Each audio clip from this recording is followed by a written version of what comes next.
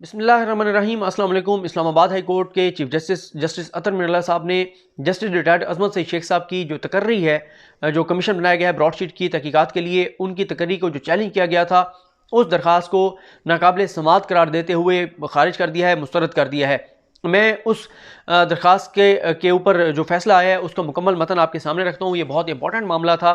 उसकी रीज़न यह है कि जब से ब्रॉडशीट की तहकीकात के लिए कमीशन बनाया गया है, अपोजिशन जमातें हों और पीडीएम के लोग हों, उनके सपोर्टर्स हों, वो तमाम लोग जो है वो अजमत सईद शेख साहब के ख़िलाफ़ हैं। लेकिन ये जहन में रखिए कि अजमत सईद शेख साहब को जितनी मर्जी धमकियाँ दी जाएँ, पहले भी दी गई, जब पनामा केस चल रहा था उस वक्त भी वो नहीं डरे, पीछे नहीं हटे। अब भी उनको ना तो डराया जा सकता है, ना पीछे हटाया जा सकता है, और ना ही वो गैर कानूनी तौर पर, गैर आइनी तौर पर कोई इकदाम करेंगे। वो मेरिट पर मबनी फैसला देंगे। और पहले आपको बता चुका हूँ कि अगर उसमें तहरीक इंसाफ के कुछ लोगों के नाम आए तो उनको भी स्पेयर नहीं किया जाएगा। जो फैसला अतर मिर्ज़ा साहब ने दिया है उसके पैराग्राफ नंबर 1 में लिखा गया है कि दरख्वास्त गुजार सलीमुल्लाह खान इस अदालत के वकील हैं। केस की समाअत के दौरान उन्होंने खुद पेश होकर मौक़िफ़ अपनाया है कि वो चाहते हैं कि ये बेंच इस केस की समाअत ना करे। दरख्वास्त गुजार ने अपनी पिटीशन में एक नोट लिखा है। इस नोट को आगे अदालत ने रिप्रोड्यूस किया है। वो ये कहता है कि अदालत के ऑफिस को दरख्वास्त की जाती है कि वो ये मामला चीफ जस्टिस अतर मिनल्ला, जस्टिस मोहसिन अख्तर कियानी, जस्टिस मियाँ गुल हसन औरंगज़ेब, जस्टिस आमिर फ़ारूक के सामने समाअत के लिए मुकर्रर ना करे, क्योंकि आखिरी 3 फाजिल जजेस मेरे तमाम मुकदमात को सुनने से माज़रत कर चुके हैं।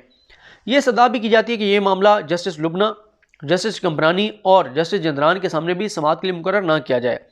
दरख्वास्त गुजार ने सदा की थी कि उनका ये मुकदमा जो है वो किन के सामने, जस्टिस जो हैं जो जहांगीरी साहब हैं वो, या जस्टिस बाबर स्तार के सामने समाअत के लिए मुकर्रर किया जाए।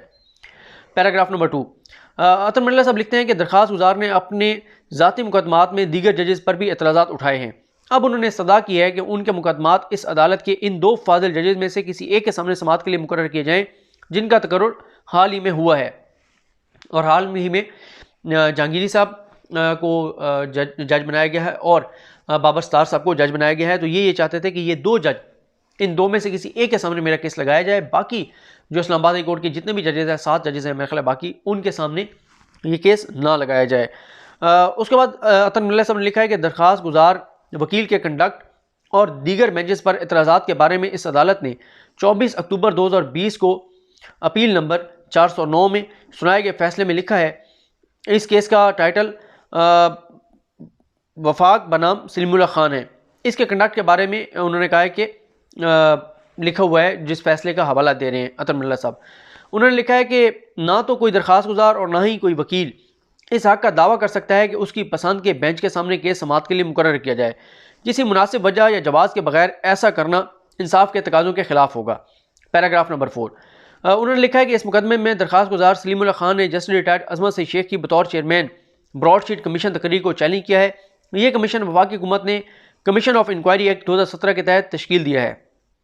पैराग्राफ नंबर 5, कहा गया है कि इस अदालत के वकील दरख्वास्त गुजार को यह हक़ नहीं दिया जा सकता कि वो ये मुतालबा करें कि उनका मुकदमा उनके पसंद के बेंच के सामने समाअत के लिए मुकर्रर किया जाए। दरख्वास्त गुजार को कहा गया है कि वो अपने मुकदमे पर दलाइल दें, ताहम उन्होंने बगैर वजह बताए दलाइल देने से इनकार कर दिया।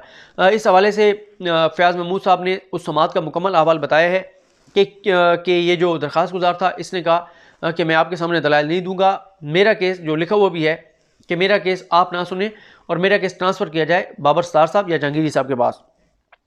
उसके बाद उन्होंने अतर मिर्ज़ा साहब ने लिखा है कि इस अदालत के लार्जर बेंच के इंट्रा कोर्ट अपील नंबर 402 वफाक पाकिस्तान बनाम सलीमुल्लाह खान में 24 अक्टूबर 2020 को दिए गए फैसले को बुनियाद बनाकर इस केस में दलाइल ना देने का जवाज़ बनाया जा रहा है।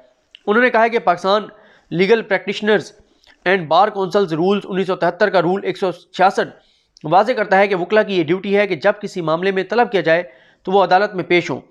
अगर ऐसा मुमकिन ना हो तो वो तसल्ली बख्श इक़दामात करें। दरख्वास्त गुजार इस मामले में काबिल एहतराम पेशे के यूनिफॉर्म में अदालत में पेश हुए, इसलिए वो इस अमर के पाबंद थे कि ज़ाब्ता इखलाक की पाबंदी करें। ताहम जैसा कि ऊपर बयान किया गया है कि उन्होंने दलाइल देने से इनकार कर दिया, अदालत ने करार दिया है कि किसी मुनासिब जवाज़ के बगैर इस तरह के मुतालबे को मानने का नतीजा अदालती अमल के गलत इस्तेमाल की सूरत में सामने आएगा। पैराग्राफ नंबर 6, कहा गया कि आईन पाकिस्तान के आर्टिकल 199 के तहत हासिल दायरा कार अदालत का स्वाबदीदी इख्तियार है। ये अदालत का स्वाबदीदी इख्तियार है 199 के तहत कि वो उस इख्तियार का इस्तेमाल करे या ना करे।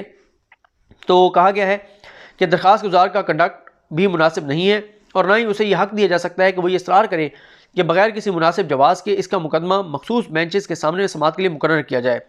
पैराग्राफ नंबर 7, अदालत कहती है कि मदरजा बाला वजूहात की बिना पर यह अदालत आइन के आर्टिकल 199 के तहत हासिल अपने गैर मामूली स्वाबदीदी इख्तियारात को इस्तेमाल नहीं करेगी, इसलिए दरख्वास्त गुजार की दरख्वास्त मुस्तरद की जाती है। ये अतर मिर्ला साहब का फ़ैसला है, लेकिन ये मैं आपको बता दूँ कि उनका ये जो दरख्वास्त है वो मेरिट्स पर नहीं मुस्तरद हुई, बल्कि ये वकील के कंडक्ट पर मुस्तरद हुई है। और अगर कोई और चैलेंज करना चाहे अजमत से शेख साहब की तकर्री को तो वो कर सकता है, लेकिन अभी क्योंकि वकील साहब का कंडक्ट ही ठीक नहीं था तो इसलिए अदालत ने उसकी दरख्वास्त मुस्तरद कर दी है। इसके साथ दूसरा एक इशू, ये मुझे किसी ने कमेंट्स में सवाल भी पूछा हुआ था कि मैंने उस पर बात नहीं की, जो DGISPR का बयान आया था कि क्यों DGISPR को ये बयान देना पड़ गया कि हमारा PDM के साथ कोई बैकडोर राब्ता नहीं है। तो इसकी जो वजूहात मुझे समझ आती हैं मैं एनालिसिस कर सकता हूँ। ज़ाहिर है मेरी कोई DGISPR से बात तो नहीं हुई, ना मुझे पता है कि उन्होंने ये बयान किस वजह से दिया, लेकिन जो मेरा एनालिसिस है वो यही है कि उसकी वजह यह है कि PDM हर 2 माह बाद जब वो यू टर्न लेती है, जब पीछे हटती है, जब नून लीग पीछे हटती है, जब उनका कोई बयानिया शिकस्त खाता है, जब उन्होंने पीछे हटना होता है तो वो ख़बर ये लीक करते हैं और इशारे ये देते हैं कि हम इसलिए पीछे हट रहे हैं कि हमारे फ़ौज से राब्ते हैं, हमारी फ़ौज से बात हो गई है, हमारे मामला तय हैं, चीज़ें हमारी बेहतरी की तरफ जा रही हैं, इसलिए हम जो है वो पीछे हट रहे हैं। और ये तासुर देकर और कोशिश की जाती है कि अपने सपोर्टर्स को भी ये पैगाम दिया जाए कि कोई मसला नहीं है, टेंशन नहीं लेनी, चीज़ें हमारे लिए बेहतर हैं, आने वाले हालात हमारे लिए बेहतर हैं। और साथ अपने अरकान असम्बली को भी ये पैगाम दिया जाता है और साथ अपने हामी एंकर्स को, सहाफ़ियों को भी ये तसल्ली दी जाती है कि आप डट के हमारे साथ खड़े रहें, आपने परेशान नहीं होना, अच्छा वक्त आने वाला है, हमारा जब अच्छा वक्त आएगा तो डेफिनेटली आपका भी अच्छा वक्त होगा।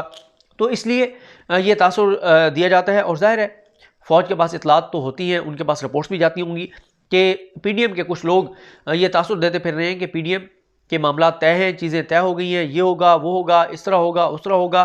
तो इसलिए शायद DGISPR ने ये बयान देकर और तरदीद कर दिया है बैकडोर राब्तों की। दूसरी एक वजह ये भी हो सकती है कि क्योंकि वो पेपर दे रहे थे, अब एक सवाल हुआ एक एंकर की जानिब से तो उन्होंने जवाब तो देना था। तो ये ज़रूरी नहीं है कि कोई मैच फिक्स हो और पहले से तय हो कि उनसे ये सवाल किया जाएगा। जब वो कॉल पर थे, उनसे सवाल किए जा रहे थे, तो ये एंकर का इख्तियार था, इस्तेकाक था, वो जो मर्जी सवाल पूछे। और जब उन्होंने सवाल पूछा तो उस पर DGISPR ने जवाब दिया। तो लेकिन इस जवाब की इंपॉर्टेंस ये ज़रूर है कि नून लीग उसके बाद कहना शुरू हो गई कि नहीं, हम तो पहले कह रहे थे हमारे बैकडोर राब्ते नहीं है, हालांकि ये of camera, of the record ये यही कहते हैं कि हमारे राब्ते हैं और ये तासुर देने की कोशिश करते हैं कि चीज़ें आने वाले वक्त में इनके लिए बेहतर होंगी। लेकिन अभी तक यही नज़र आता है कि चीज़ें PDM के ख़िलाफ़ ही सारी जा रही हैं। उसकी सबसे बड़ी वजह PDM खुद है। दावे बड़े बड़े किए, वो कहा कि वो क्या था, आर या पार हो जाएगा, 31 दिसंबर तक हुकूमत नहीं होगी, 31 जनवरी तक हुकूमत नहीं होगी, फरवरी में हुकूमत चली जाएगी और लॉन्ग मार्च होगा, इस्तीफ़े होंगे, धरना होगा, GHQ की तरफ जाएंगे। जितने उनके ऐलानात थे, जितने उनके वादे थे, जितने उनके दावे थे, उन तमाम से वो पीछे हट गए। तो देखते हैं हालात और सूरत हाल किस तरफ जाती हैं। मुझे अपनी दुआ में याद रखें। अल्लाह करीम हम सबका हामी नासर हो। अल्लाह हाफ़िज़।